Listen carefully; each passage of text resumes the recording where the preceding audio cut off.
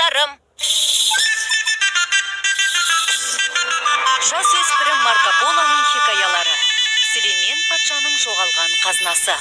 24-ші бөлім. Шиланың анасын іздеп, Замбези өзенімен төмен қарай есіп, Зимбабвеге де жеттік.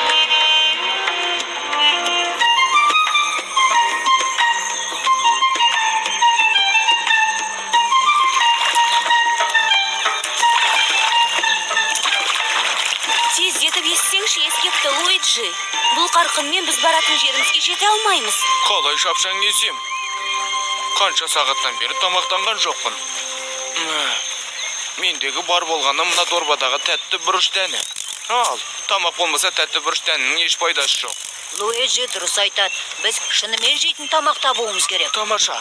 Ана бөрінеге жақындап тоқтайық. Жақсы ой емес. Неге? Себебі бөренелердің түстері бар. Күлкілі. Бөренелерде түс болмайды. Оны аналарға айт. Меніңше сөзің дұрыс секілді. Қараңдар, достар. Кет әрі. Жайма қалдыр мені, лас хайуан. Мен қолтырауын қасып болғым келмейді. Эй, қолтырауын, кел, бізді ұстап ал. Не істеп жатырсың? Ол біздің соңымыздан келеді. Ей, жоспарым бар. Ол жоспар емес. Ол ақымақтық. Луиджи, маған сенші.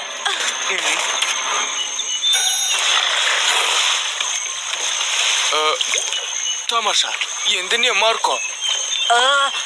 Мұны бұрын ойламадым. Секір. Мен үшін дұрыс бол. Тез, жағаға қарай жүз. Тездетіңдер. Тезірек.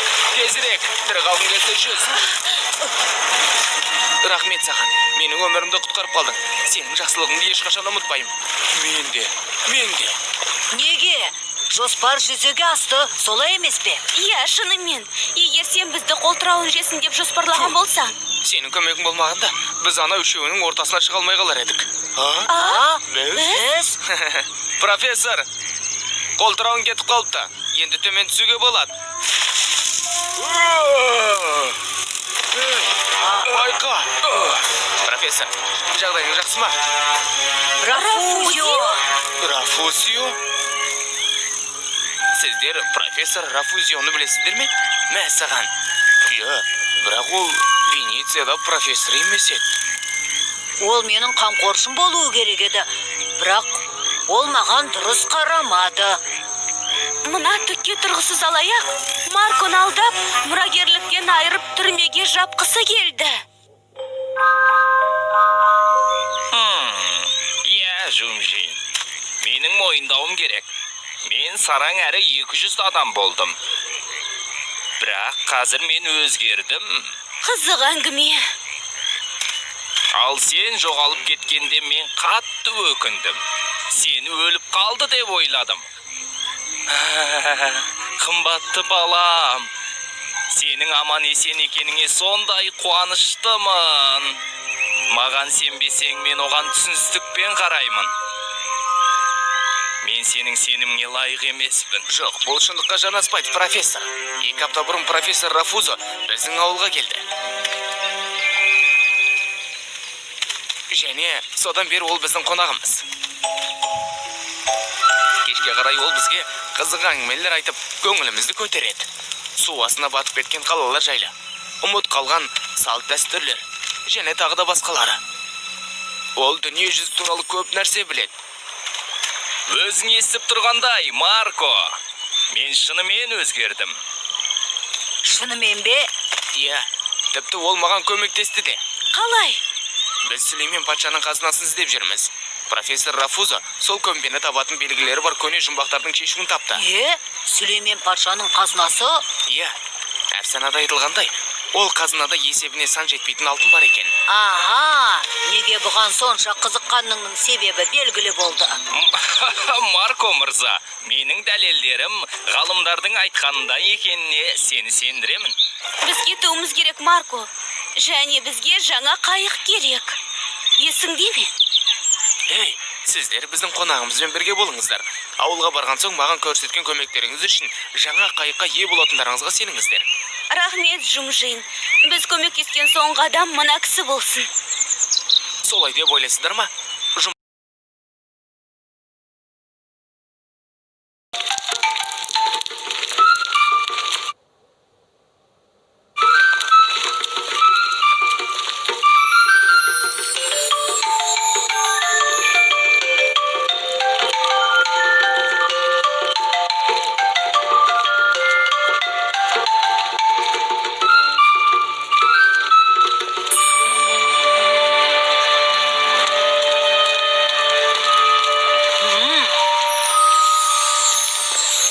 Не боп қалды?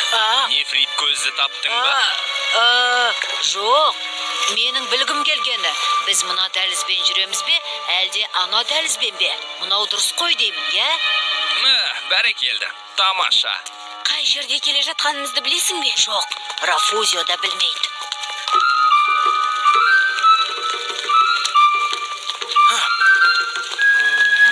Бұрыш дәні міне. Жақсы, онда дайын бол. Аянышты. Біз кілт ба бір нәрсе табуымыз керек. Қаш! Мына жарғанаттарыңды алыңдар. Барыңдар, ұстаңдар оларды. Ұстаңдар. Ей, келіңдер, ұстаңдар мені. Кеттік, мына жерден шығайық. Иә.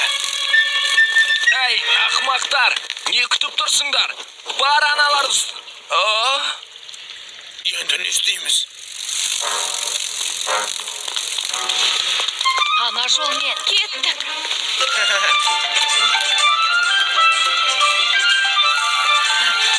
Көтер, Нені? Сүлеймен патшаның көмбесін тапқың келіп еді ғой. Шынымен де. Бірақ біз әлі оның қайда екенін білмейміз ғой. Нефрит көзді іздеймін деп, өзіңді жоғалт. Әрине, жасыл тоған нефрит көз сияқты. Және біз соның ішінде жоғалып кетеміз. Бізге суға секір дегенің бе? Я, бірақ Рафузиода емес. Сендер маған сенуге тиіссіңдер. Онда не күтіп тұрмыз?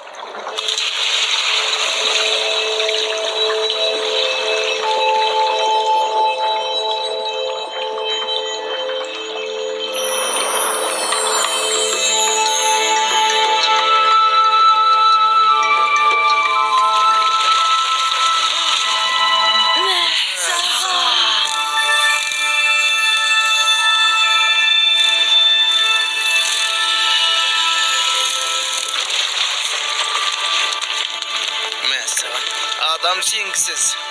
Керемет! Патшаға лайық. Кеттік мына жолмен. Жоқ, ол жол емес. Нақұрыстар, мына жолмен кеттік. Олар ешқашан өздері жол таба алмайды. Біз оларды шынымен тастап кетеміз бе? Пайымдама. Біздің ауылдың адамдары оларға көмектеседі. Бір түн осы жерде айналып түнеп шықсын.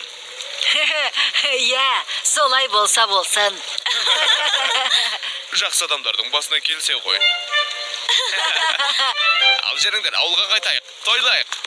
Тойлау деген тамақ сусын ғой, мен тойды жақсы көрем. Бәріңе барлығы үшін көп рахмет.